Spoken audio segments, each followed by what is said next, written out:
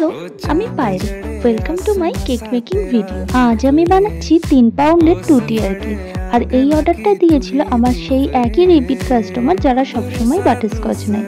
আর তাদের এইবারেও ডিমান্ড ছিল এই বাটারস্কচ কেক বানানো। যেহেতু কাস্টমাইজ কেক, তাই জন্য আমি সবসময় কাস্টমারকে জিজ্ঞাসা করি তার পছন্দ মতো কোনো ডিজাইন বা ডেকোরেশন তার করার ইচ্ছা আছে কিনা। তবে আমার এই কাস্টমার যখনই অর্ডার দেয় তখনই বলে তুমি তোমার মতো করে দাও, তাদের ডেকোরেশন নিয়ে কোনো ডিমান্ড থাকে না। তাই সবসময় তো লাল, পিঙ্ক, ইয়েলো, ব্লু এই কালারের কম্বিনেশনেই আমি ডিজাইন করি। তাই ভাবলাম এবারে একটু ডিজাইনটা আলাদাই রাখি।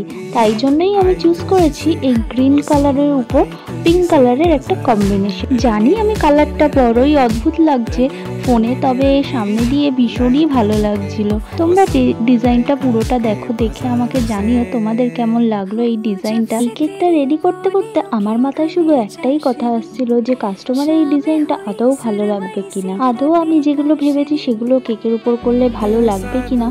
কিন্তু তবে আস্তে আস্তে যখন কাজটা আমি পুরো কমপ্লিট করছিলাম, তারপরে দেখলাম বেশ ভালোই লাগছে।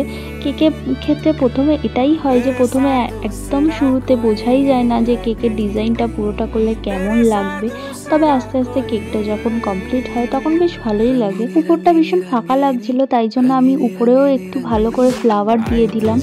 তারপর নিচটা আমি খালি রাখবোই ভেবেছিলাম, তারপরে হঠাৎ করে কি মন চাইলো ওখানে আমি ক্রিম দিয়ে আর এই রকম সুগার বলগুলো অ্যাড করে দিলাম, যার জন্য দেখতে ভীষণই ভালো লাগছিলো। আর এই নাম লেখার যে টেকনিকটা, এটা আমি রিসেন্ট করে পিন্টারেস্টে প্রচুর দেখেছি। আমার অনেক দিন ধরে ট্রাই করার ইচ্ছা ছিল, তাই জন্য এইবারে ট্রাই করলাম। তারপরে দেখলাম ভীষণ ভালোও লাগছিল, কারণ এই এত গরমে ফন্ডেন্ট দিয়ে নাম লেখা বা চকলেট দিয়ে লেখা একদমই পসিবল হচ্ছিল না। তারপরে দেখলাম আমার কাছে কিছু সেম কালারের বাটারফ্লাই ছিল, সেগুলোও অ্যাড করে দিলাম। তারপর আরও ভীষণ ভালো লাগছে। এটা হচ্ছে আমার কেকের একদম ফাইনাল লুক। তোমাদের কেমন লাগলো আজকের এই কালার কম্বিনেশনটা আমাকে জানিও। বাই।